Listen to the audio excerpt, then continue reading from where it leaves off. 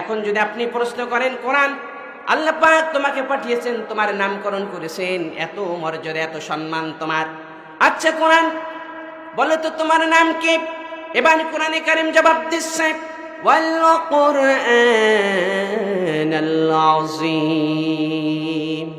কোরআনে কারীম জবাব দিচ্ছে আমার নাম পবিত্র কোরআন, মর্যাদাবান কোরআন। সুবহানাল্লাহ। এরপরে যদি আপনি কোরআনকে প্রশ্ন করেন কোরআন তোমার নাম শুনলাম, তোমার বাড়ি কোথায়? কোরআনের বাড়ি আছে না নাই? আওয়াজ দিয়ে বলেন। এবার কোরআন জবাব দিচ্ছে, কোরআন নিজে জবাব দিচ্ছে। সুবহানাল্লাহ। কোরআন সূরাতুল বুরুজ থেকে বলছে বাল হুয়া কুরআনুম মাজিদ ফি লাউহিম মাহফুজ। কোরআন বলছে আমি পবিত্র মর্যাদাবান কোরআন, আমার বাড়ি লৌহে মাহফুজে। সুবহানাল্লাহ। তাহলে আমরা কোরআনের নাম জানলাম, কোরআনের বাড়িও জানলাম। কোরআনের বাড়ি কোথায়? সবাই বলেন লৌহে মাহফুজে। এবার আপনি যদি বলেন কোরআন তোমার বাড়ি শুনলাম, তোমার বাড়ি সম্পর্কে জানলাম, ও কোরআন তোমাকে কে পাঠিয়েছে? এবার কোরআনে কারীম দেখুন জবাব দিচ্ছে সূরাতুল মারিজের 43 নম্বর আয়াতে কোরআন বলছে তানজিলুম মির রাব্বিল আলামিন। কোরআন বলছে সারা জাহানের মালিক, গোটা কায়নাতের মালিক ওই আল্লাহ রাব্বুল আলামিন আমাকে পাঠিয়েছেন। সুবহানাল্লাহ। আল্লাহ আমাকে পাঠিয়েছেন। এরপরে যদি আপনি যদি প্রশ্ন করেন কোরআন বুঝলাম আল্লাহ পাক তোমাকে পাঠিয়েছে, তোমাকে কে নিয়ে এসেছে? এবার কোরআন জবাব দিচ্ছে সূরাতুশ শুআরা 193 নম্বর আয়াতে কোরআন বলছে নাযালা বিহির রূহুল আমিন। কোরআন বলছে আমাকে নিয়ে এসেছে হযরত জিবরাইল আলাইহিস সালাম। সুবহানাল্লাহ। দেখুন কোরআন সব জবাব দিচ্ছে। আপনি কোরআনকে কি মনে করেন? কোরআন, এই কোরআন যে পড়বে, কোরআন যে বুঝবে, সে মহাসাগরে হাবুডুবু খাবে। কথা বলেন ঠিক কিনা? আমরা তো শুধু কোরআন পড়ি কিন্তু কোরআন বুঝি না। এজন্য তো আমাদের ইমানের এই অবস্থা। আমার বন্ধুগণ, তারপরেও কোরআনের সাথে আমাদের মহব্বত তৈরি হয়ে যায়। মহব্বত কে তৈরি করে দেন? কোরআনের সাথে আমাদের ভালোবাসা তৈরি হয়ে যায়। এই ভালোবাসা কে তৈরি করে দেন? আমার বন্ধুগণ, হয়তো নামাজ একটু কম পড়ি, রমজান শরীফের রোজা হয়তো একটু কম করি, জিকির আজগার হয়তো একটু কম করি, ইস্তেগফার হয়তো একটু কম পড়ি, দুরূদ শরীফ হয়তো একটু কম পড়ি, কিন্তু কোরআনের সাথে কেউ যদি বেয়াদবি করে তাকে জ্যান্ত ছেড়ে দেব না। দেখে না এই মহব্বত কে তৈরি করে দিয়েছেন? আল্লাহ পাক।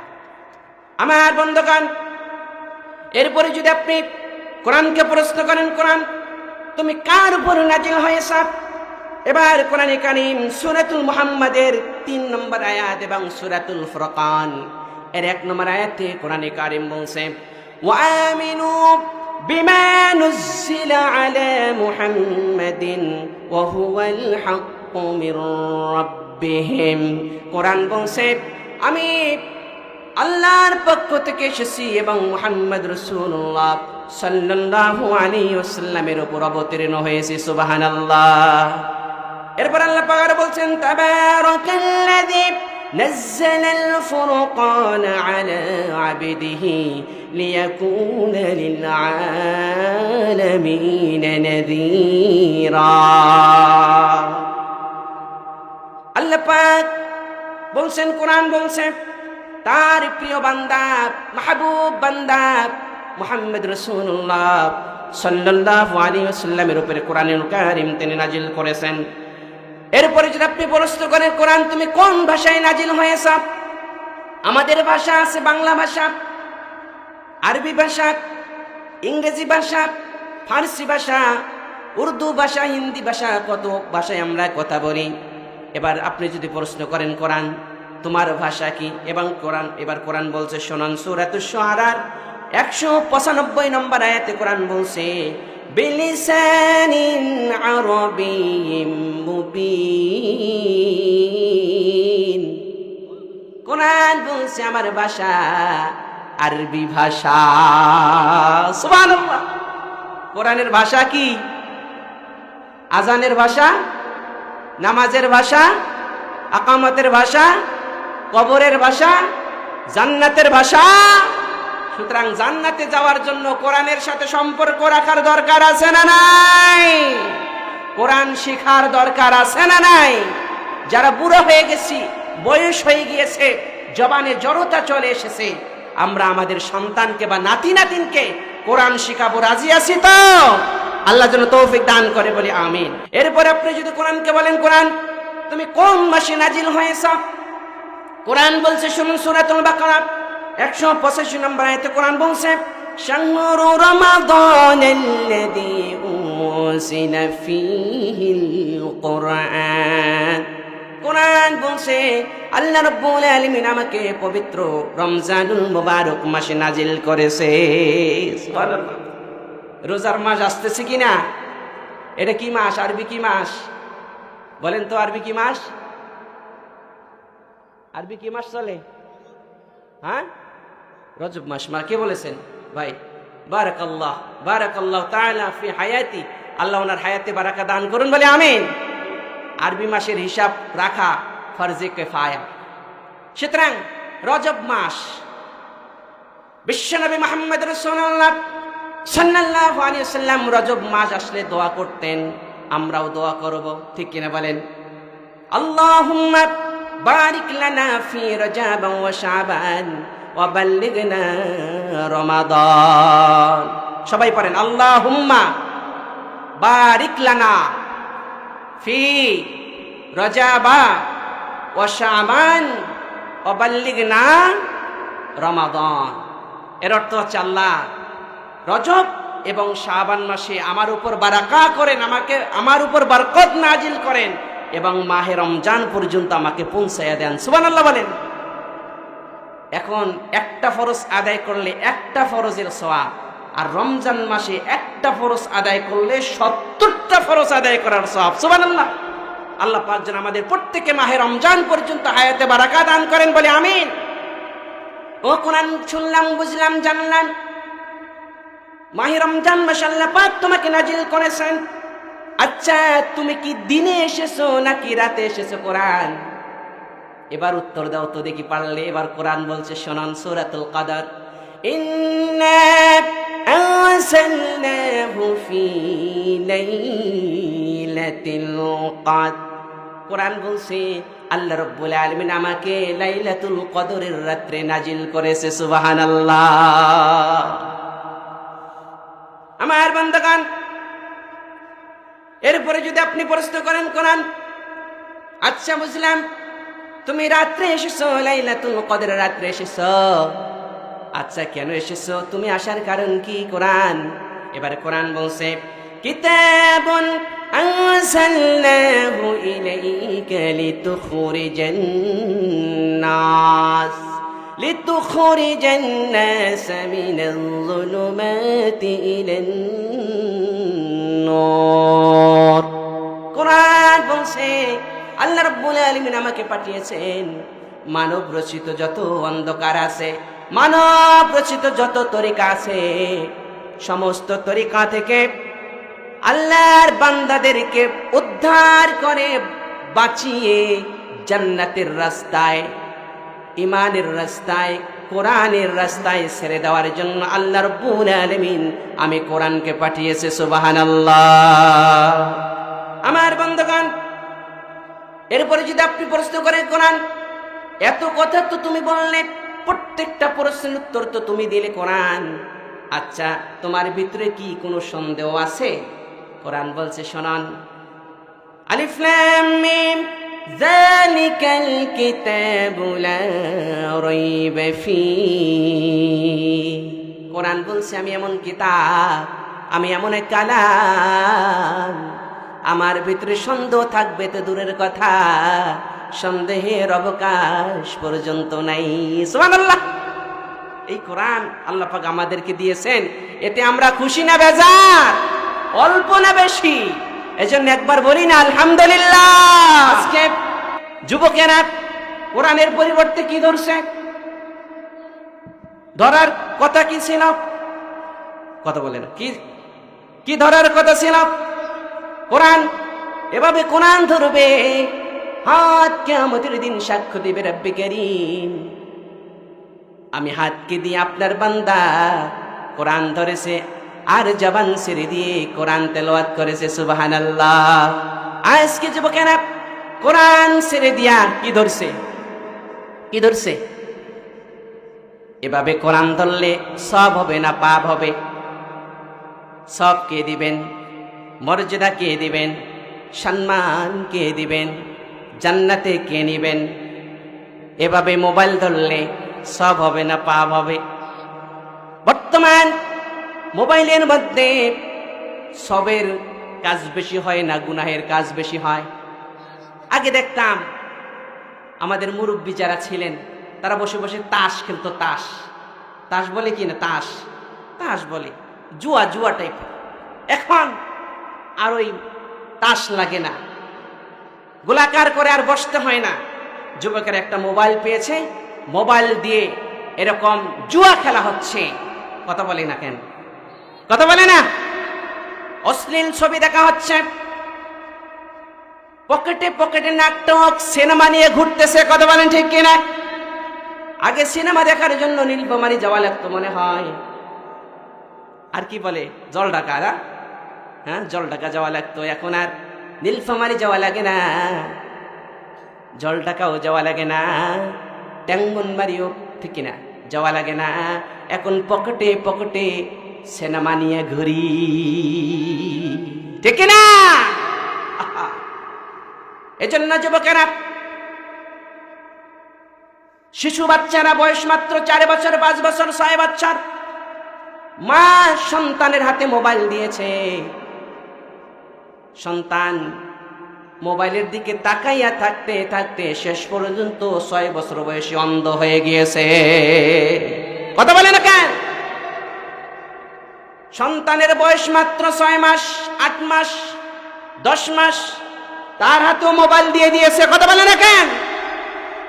সন্তান কান্দে, মা জননী নয়নের মণি সন্তানের হাতে মোবাইল দিয়েছে। ও মা, সন্তানের হাতে মোবাইল না দিয়ে বলো লা ইলাহা ইল্লাল্লাহ, লা ইলাহা ইল্লাল্লাহ, সুবহানাল্লাহ, আলহামদুলিল্লাহ, লা ইলাহা ইল্লাল্লাহ, লা ইলাহা। সন্তানকে মোবাইল না দিয়ে তার সামনে মা আপনি জিকির করুন। শয়তানের যত রকমের জিন ও ইনসানের তাসাররুফাত আছে সমস্ত কিছু থেকে আল্লাহ পাক হেফাজত করবেন। আপনার সন্তানের জন্য জান্নাতের রাস্তা আল্লাহ পাক সহজ করে দিবেন, ঠিক না? এজন্য ভাইরা আমার, আসুন আল্লাহ পাক যেন কোরআন অনুযায়ী আমাদের চলার তৌফিক দান করেন, বলে আমিন। আচ্ছা, আপনি যদি প্রশ্ন করেন কোরআন শুনলাম, তোমার ভিতরে কোনো ভেজাল নেই, সন্দেহ নাই, আচ্ছা কেউ যদি সন্দেহ করে তুমি কি জবাব দিবা? এবার কোরআনে কারীম সূরা বাকারার 23 নম্বর আয়াতে বলছেন, وَإِن فِي رَيْبٍ مِّمَّا نَزَّلْنَا عَلَى عَبْدِنَا فَأْتُوا بِسُورَةٍ مِّن مِّثْلِهِ। ও দুনিয়ার মানুষেরা, যদি কোরআনকে নিয়ে তোমরা সন্দেহ করো, কোরআন মানুষের বানানো, তাহলে পারলে তোমরা এরকম বড় বড় কোন সূরার দরকার নাই। কোরআনুল কারীমের সব থেকে ছোট সূরা সূরাতুল কাউসারের মতো একটা সূরা তোমরা পারলে তৈরি করে দেখাও। পারবে? এই চ্যালেঞ্জ মোকাবেলা করার শক্তি পৃথিবীর কারোর? আমার বন্ধুগণ, এখন আপনি যদি প্রশ্ন করেন কোরআন অনেক কিছুর উত্তর পাচ্ছে, আস্তে আস্তে আমার অনেক কিছু ভুল ভেঙে যাচ্ছে, আমার চলার পথ ক্লিয়ার হয়ে যাচ্ছে। কোরআন এত কিছু জানলাম, আচ্ছা এখন একটা প্রশ্ন করি, তোমাকে যদি আমি মানি আমার কি লাভ? লাভ ছাড়া আমরা কিছুই করতে চাই না, ঠিক কিনা? লাভ ছাড়া কিছুই করতে চাই না। আপনি যদি প্রশ্ন করেন কোরআন তোমাকে যদি আমি মানে আমার কি লাভ, কি লাভ আমার বলো কোরআন। এবার কোরআন বলছে শুনুন, فَمَن تَبِعَ هُدَايَ فَلَا خَوْفٌ عَلَيْهِمْ وَلَا هُمْ يَحْزَنُونَ। আল্লাহু আকবার। কোরআন বলছে আমাকে যারা চলবে, ব্যক্তি জীবনে আমি কোরআন মাফিক যিনি চলবে, পরিবার জীবনে কোরআন মাফিক যদি চলে, সমাজ জীবনে আমি কোরআন মাফিক যদি চলে, রাষ্ট্র জীবনে আমি কোরআন মাফিক যদি চলে, কোরআন বলছে ফালা খাউফুন আলাইহিম ওয়ালা হুম ইয়াহজানুন, তাদের কোনো ভয় নাই, তাদের কোনো চিন্তাও নাই। সুবহানাল্লাহ বলেন। এই কথাটা কে বলছে? কে বলছে? কোরআন, আল্লাহ, ঠিক কিনা? আমার আল্লাহর কথা সত্য না মিথ্যা? নাউজুবিল্লাহ। আল্লাহর কথা তো মিথ্যা হতেই পারে না, সত্য কথা বলেন, ঠিক কিনা? বলছে দুটা কথা বললো, একটা হচ্ছে খাউফ, কোনো ভয় নাই, ইয়াহজানুন, কোনো চিন্তাও নাই। ভয়টা কি? চুরির ভয় থাকবে না। কথা বলে না কেন? কোরআন যদি সমাজে বাস্তবায়ন হয়, চুরি থাকবে না, জিরো হয়ে যাবে। সবাই বলেন, কোরআন যদি ব্যক্তি জীবনে মানে, পরিবার জীবনে মানে, সমাজ জীবনে মানে, রাষ্ট্রীয় জীবনে যদি কোরআন বাস্তবায়ন হয়, প্রতিষ্ঠা হয়, জাতীয় সংসদের মাধ্যমে, কোরআন প্রতিষ্ঠার মাধ্যমে, এই ৫৬,০০০ বর্গ মাইল টেকনাফ থেকে তেতুলিয়া, দৌলতদিয়া থেকে পাথুরিয়া, সুন্দরবন থেকে বান্দরবান, রান্নাঘর থেকে শুরু করে সংসদ ভবন পর্যন্ত যদি কোরআন অনুযায়ী পরিচালিত হয়, এই দেশের মধ্যে চুরি থাকবে না, জিরো হয়ে যাবে। আল্লাহ বলছেন, আমি আল্লাহ ওয়াদা দিচ্ছি যদি কোরআন মানো, সমাজে কোনো চুরি থাকবে না। সুবহানাল্লাহ বলেন। চিন্তাই থাকবে না। আমার বন্ধুগণ, চরচরাবাড়ি একটা মাহফিল ছিল। মাহফিল চলাকালীন অবস্থায় শেষ করেছি, একজন এলান দিল কানে কানে, হুজুর, একজন মা, তিনি বিধবা মহিলা, বহু কষ্ট করে একটা গরু লালন পালন করেছেন। ওয়াজ শোনার জন্য আল্লাহর বান্দি কোরআনের মহব্বতে ছুটে এসেছে, আর ওই দিক দিয়া চোর আইসা গরুটা নিয়ে গেছে। সবের কাজ করছে। আল্লাহর বান্দি কোরআন শুনতে এসেছে, আর ওই দিক গরু নিয়ে গেছে।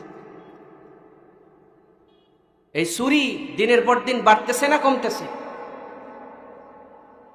আগে ছিল কম্বল চোর, এখন এই দেশের সব সম্বল চুরি হয়ে যাচ্ছে। কথা বলেন ঠিক কিনা?